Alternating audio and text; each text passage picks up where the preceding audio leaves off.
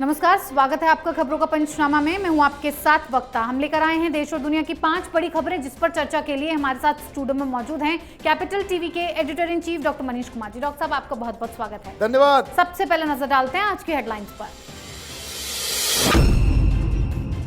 उदयपुर में कन्हैयालाल केस में गृह मंत्रालय सख्त, एनआईए को सौंपी गई जांच। बौखलाई गहलोत सरकार, बोली पीएम करे शांति की अपील। महाराष्ट्र में कल होगा फ्लोर टेस्ट। गवर्नर के फैसले के बाद उद्धव ने सुप्रीम कोर्ट में लगाई गुहार, सरकार का जाना तय। एकनाथ शिंदे ने 50 विधायक साथ होने का किया दावा। फ्लोर टेस्ट के लिए कल पहुंचेंगे मुंबई। शिवसेना का काउंटडाउन शुरू। वामपंथी जुबैर और तीस्ता की गिरफ्तारी पर यूएन का बयान। पत्रकारों को मिले निडर होकर अपनी बात कहने की अनुमति। टिप्पणी पर भारतीय विदेश मंत्रालय ने दिया करारा जवाब। पीएम मोदी का यूएई में हुआ जोरदार स्वागत। राष्ट्रपति ने प्रोटोकॉल तोड़ा, किया मोदी को रिसीव।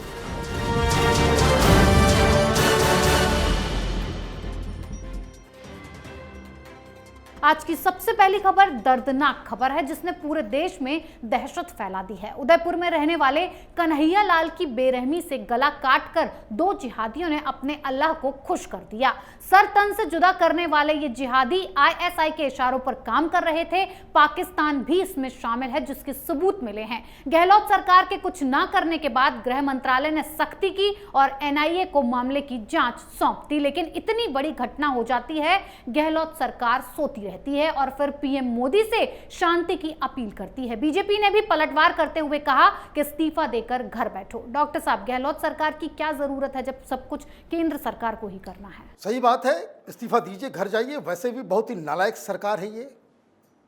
अब तक जितनी भी घटनाएं घटी है, क्यों घट रही है?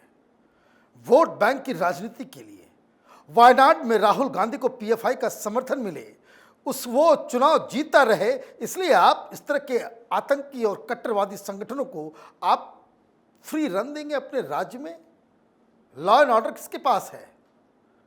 जब कन्हैयालाल जी ने 10 दिन पहले शिकायत कर दी, अब तक पूरा का पूरा पुलिस महकमा, तमाम जिम्मेदार अधिकारी सस्पेंड क्यों नहीं हुए? आप सोएंगे और आपके पाप को धोएंगे हिंदुस्तान के प्रधानमंत्री। क्या हो रहा है? ये दोनों ही पाकिस्तान के नेटवर्क से जुड़े हुए पाए गए हैं। 2014 फरवरी 1, 45 दिन के लिए ये गौस मोहम्मद, इन दोनों आरोपियों में से एक, ये पाकिस्तान में 45 दिन रह करके ट्रेनिंग लेकर के आया। 2013 में ये सऊदी अरब गया, नेपाल गया। 2018 में फिर ये विदेश जाता है। ये एक इंटरनेशनल टेररिस्ट ऑर्गेनाइजेशन के रैकेट का स्लीपर सेल है। He was just waiting. और जो जानकारी अब मिल रही है कि कराची से इनके आकाओं ने कहा कि कुछ बड़ा करो। ये दावत इस्लामी, ये वहाँ पाकिस्तान में नुपुर शर्मा के बयान के खिलाफ आंदोलन कर रहे थे।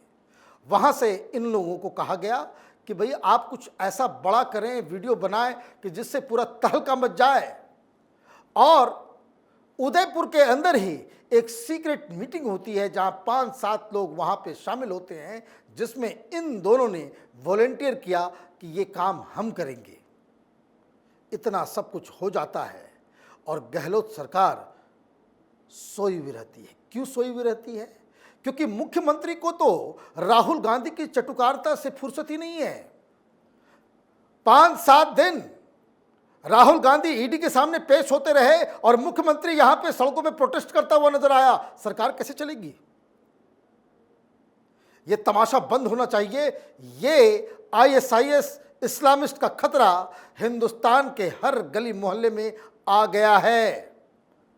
राज्य की सरकार हो या फिर केंद्र की मोदी सरकार हो, they must pull up their socks. जी बिल्कुल।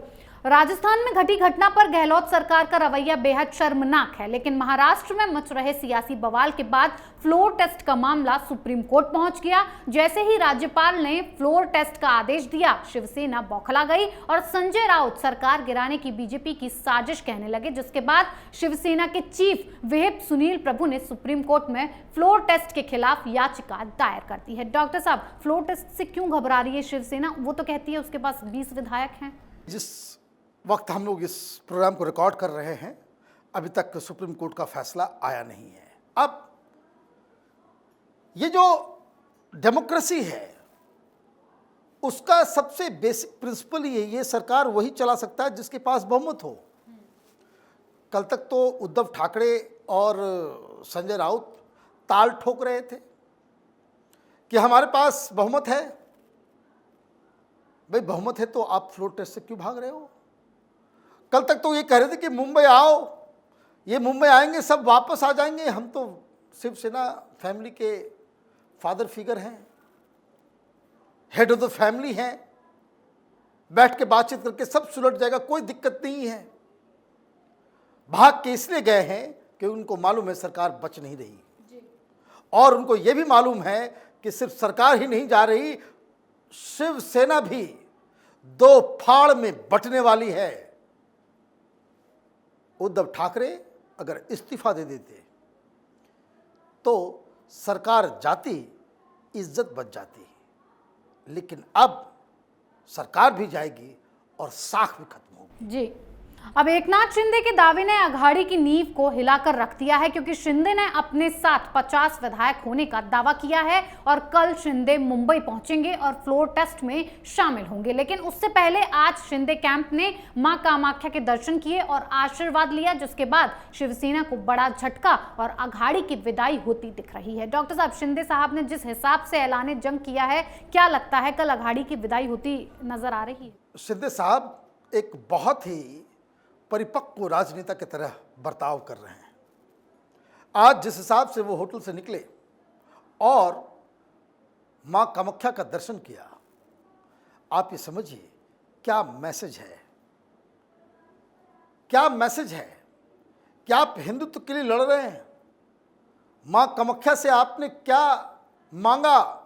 महाराष्ट्र की जनता की प्रॉस्पेरिटी के लिए, वहाँ की शांति के लिए, वहाँ के विकास के लिए। ये राजनीति बिल्कुल परिपक्व तरीके से कर रहे हैं। उद्धव ठाकरे और शिवसेना वो डंडा दिखा करके राजनीति करना चाह रही है। ये दोनों में यही फर्क है। अब वो वहाँ से निकले और उन्होंने कहा साफ साफ कि मुंबई आ रहे हैं, मुंबई आ रहे हैं और सुपर 50 के साथ आ रहे हैं। ये सुपर 50 कल जो फ्लोर टेस्ट होगा उसके लिए मुंबई पहुंचेंगे। फिलहाल वो गोवा पहुंचे हुए हैं और जब उसमें अगर फ्लोर टेस्ट होता है तो ये समझ लीजिए कि उद्धव ठाकरे की सरकार चली जाएगी, क्योंकि संख्या नहीं है।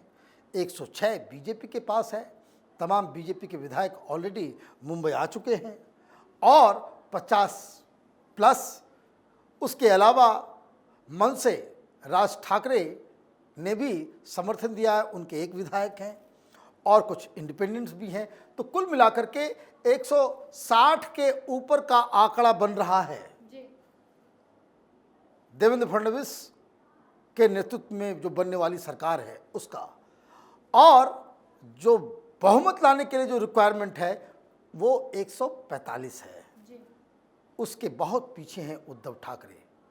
तो अब कुछ घंटे बाकी हैं, इस पूरे खेल का पटाक्षेप हो जाएगा और किसकी सरकार रहेगी, किसकी सरकार जाएगी, उसका भी पता चल जाएगा। जी, शिंदे कैंप ने अघाड़ी का काउंटडाउन शुरू कर दिया है। कल फैसला हो जाएगा, लेकिन अफवाह फैलाने, दंगे करवाने और झूठे आरोप लगाने में ये वामपंथी सबसे आगे हैं, जिसमें जुबैर और तीस्ता को पुलिस ने अंदर किया है। लेकिन संयुक्त राष्ट्र की तरफ से जुबैर और तीस्ता के लिए बयान आया है कि पत्रकारों को उनके लिखने, ट्वीट करने और कहने के लिए जेल नहीं होनी चाहिए और तीस्ता की जल्द से जल्द रिहाई होनी चाहिए। मानवाधिकारों की रक्षा करना कोई अपराध नहीं है, जिस पर भारत ने यूएन को करारा जवाब दिया है कि यूएन की तरफ से की गई टिप्पणी भ्रामक और अस्वीकार्य है। डॉक्टर साहब, यूएन की तरफ से की गई टिप्पणी पर क्या कहेंगे आप?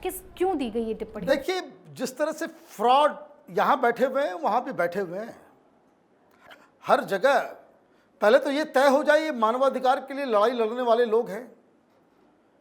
भाई, यूएन के जिन अधिकारियों ने और जहां इस तरह के ट्वीट्स लिखे जाते हैं, क्या उनको मालूम है कि ये दंगे के ऊपर धंधा कर रही थी? क्या उनको मालूम है कि पैसे की चोरी के आरोप हैं इसके ऊपर? क्या इसको मालूम है कि इसके ऊपर सुप्रीम कोर्ट ने क्या बयान दिए हैं? क्या उनको मालूम है कि आपने किस हिसाब से गवाहों को बरगलाया, गवाहों को अगवा किया?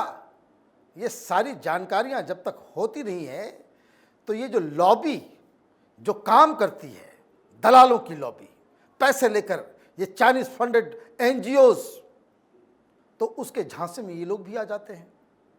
तो खैर, यूएन को बकबक करने देना चाहिए। यूनाइटेड नेशंस के हाथ, उनके पल्ले कुछ है नहीं। ये डिबेटिंग सोसाइटी है और डिबेटिंग सोसाइटी को डिबेट करने देना चाहिए। लेकिन ये जुबैर के मसले में, भाई, कोई जीसस क्राइस्ट के ऊपर गंदी गंदी भद्दी भद्दी टिप्पणियां करे, मोहम्मद साहब के ऊपर गंदी गंदी टिप्पणियां करे, तो यूएन में तो आवाज उठ जाती है, देश विदेश में बवाल मच जाता है। और ये जुबैर जो हिंदू देवी देवताओं का अपमान करता है, उसके लिए कुछ नहीं। तो ये टीन का चश्मा लगा करके ये यूनाइटेड नेशन में बैठे हुए अधिकारियों को अकल नहीं है। हिंदुस्तान एक सॉवरेन मुल्क है, यहाँ का कानून है, यहाँ संविधान है, यहाँ कोर्ट्स हैं, और हिंदुस्तान यूएन के बताए हुए गाइडलाइन के ऊपर इमीडिएटली रिलीज नहीं होगा। कोई रिलीज करने का अधिकार हिंदुस्तान में सिर्फ कोर्ट के पास है। यूनाइटेड नेशन के कहने के ऊपर किसी अपराधी, किसी भ्रष्टाचारी और दंगों के ऊपर धंधा करने वाले लोगों को रहम नहीं दी जाती।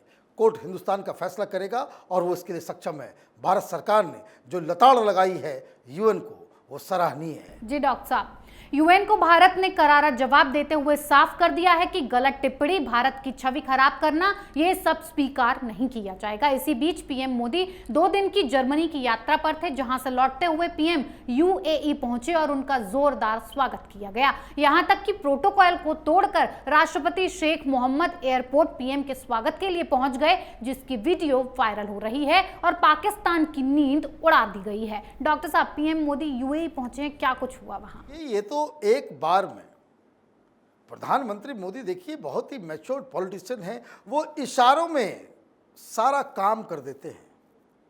अभी क्या बवाल चल रहा है?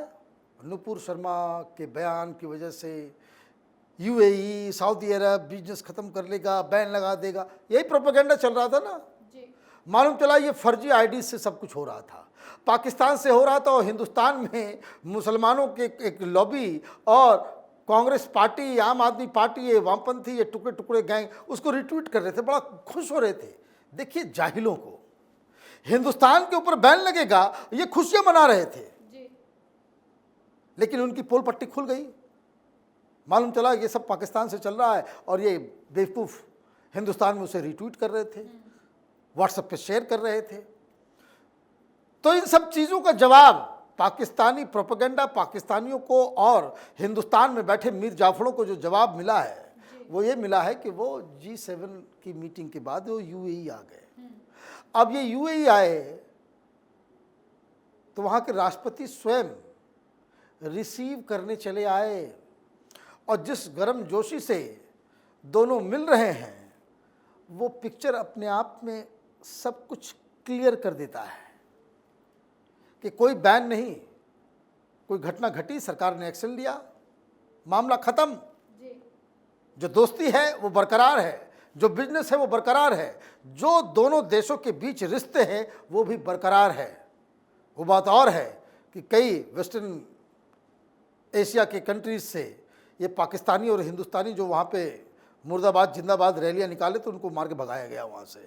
तो ये जो लॉबी है हिंदुस्तान और पाकिस्तान में और पूरी दुनिया में, जो हिंदुइज्म से, हिंदुस्तान से और प्रधानमंत्री मोदी से घृणा करते हैं, उनके लिए बहुत ही ज़्यादा इसको कह सकते हैं मिर्ची लगाने वाली ये खबर है। जी डॉक्टर साहब, बहुत बहुत धन्यवाद इतनी जानकारी के लिए। धन्यवाद। खबरों का पंचनामा में आज के लिए इतना ही। देश विदेश की बाकी खबरों और उनके सटीक एनालिसिस के लिए देखते रहिए कैपिटल टीवी। हमें लाइक कीजिए, शेयर कीजिए और कैपिटल टीवी को सब्सक्राइब कीजिए। नमस्कार।